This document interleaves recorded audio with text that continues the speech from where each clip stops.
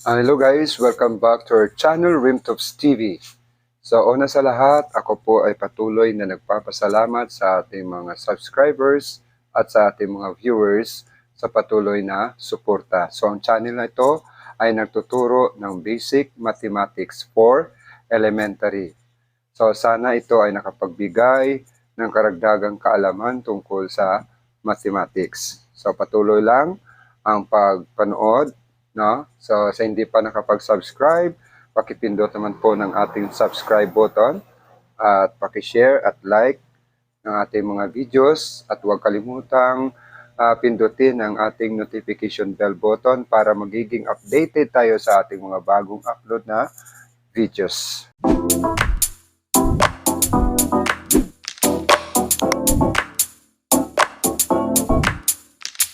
Ang pag-aaralan natin ay kung paano tayo magsulat ng numbers in expanded form. Okay, sa example, kukunin natin yung mga place ng bawat numbers. So, ang place ng 5 ay ones, tens, hundreds, thousands, and then 10, thousands. Kung dagdagan natin, ito ay hundred thousands and millions. So, kukunin natin ang value ng bawat digit. So, ito ay 5 times 1. 1 dahil ito ay nasa ones. So, 5 times 1 equals 5. And then, ito ay 3 times 30. 3 times 10 equals 30. 5 times 100 is 500. 9 times 1,000 is equal to 9,000. And then 4 times 10,000 is 40,000. So, isulat natin into an expanded form. 49,535 in expanded form is 40,000 plus 9,000 plus 500 plus 30 plus 5. Ito yung expanded form ng 49,535. So, 40,000 plus 9,000 plus 500 plus 30 plus 5. Okay, so next example.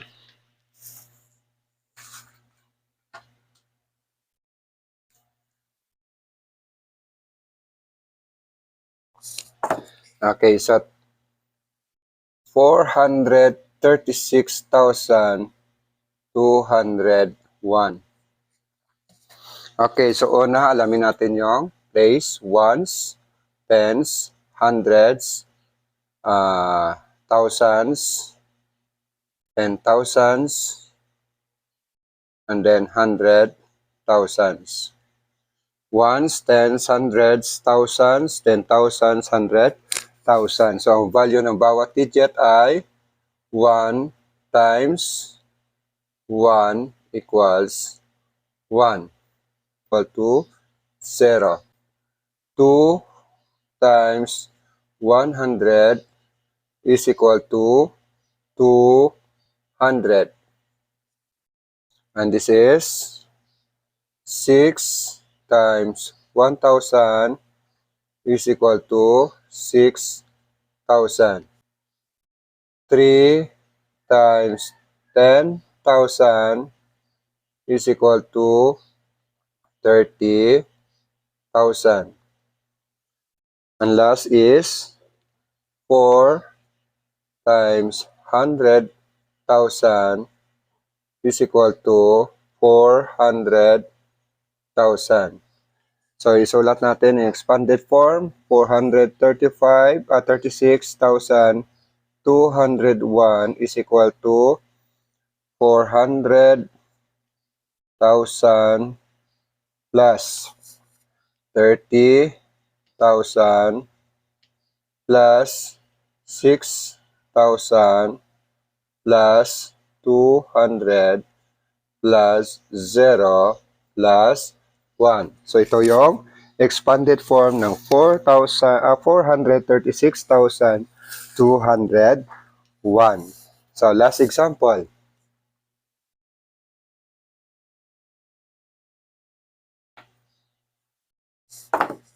Okay.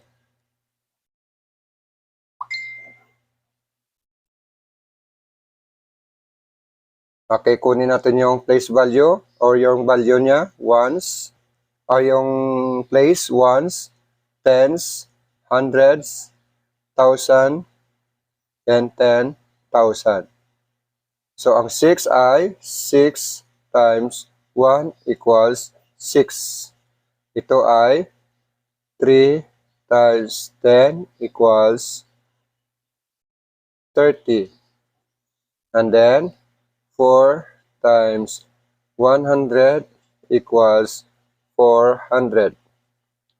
And then, 9 times 1,000 is 9,000. Ito ay 3 times 10,000 is equal to 30,000. So, 39,436 equals 30,000 plus 9,000 plus 400 plus 30 plus 6. So, ganun lang kadali guys kung paano natin isulat yung numbers into an expanded form. So, baliktarin natin. So, una, susulat tayo ng expanded form. Ibalik natin yung sa tamang numbers. Now, example, 30,000 plus 4,000 plus 200 plus 0 plus 1. Okay, so isulat natin para mas madali. 30,000 in vertical form para madali natin makuha. 4,000 plus 200 plus 0 plus 1. Okay, 1, 0, 2, 4, 3. So, 34,201. So, ito yung sagot niya, 34,201. Okay, so isa pang example. Isang halimbawa is,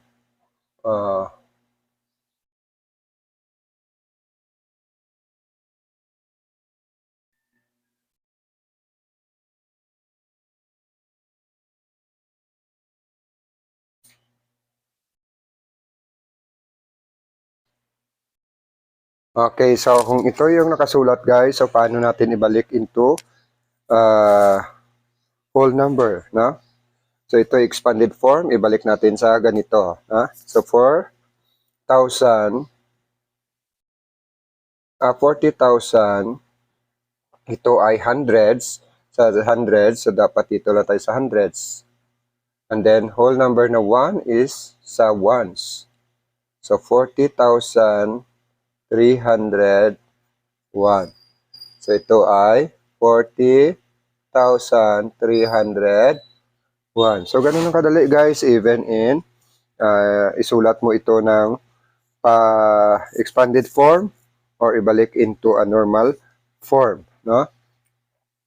So ganito lang ang pagsulat ng kung paano tayo magsulat ng numbers in expanded form and vice versa. So yun lang muna guys, at maraming at sana may natutunan kayo. Kung gusto nyong mayroon pa kayong gustong ipaturo, so maaari kayong mag-comment para madagdagan ang ating kaalaman tungkol sa mathematics. So, kung mayroon kayong mai-suggest, so paki-comment na lang dyan sa baba. So, maraming salamat at God bless po sa lahat.